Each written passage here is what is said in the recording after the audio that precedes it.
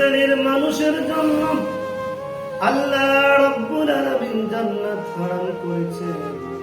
ওই শ্রেণীর মানুষ, তিন শ্রেণীর মানুষের জন্য আল্লাহ রাব্বুল আলামিন জান্নাত হারাম করেছেন।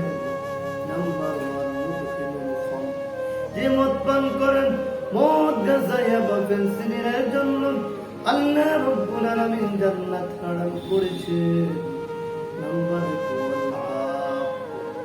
যে মা বাবার নাফরমানি করেন, যে মা বাবাকে কষ্ট দেন, তার জন্য আমার আল্লাহ রাব্বুল আলামিন জান্নাত হারাম করেছেন।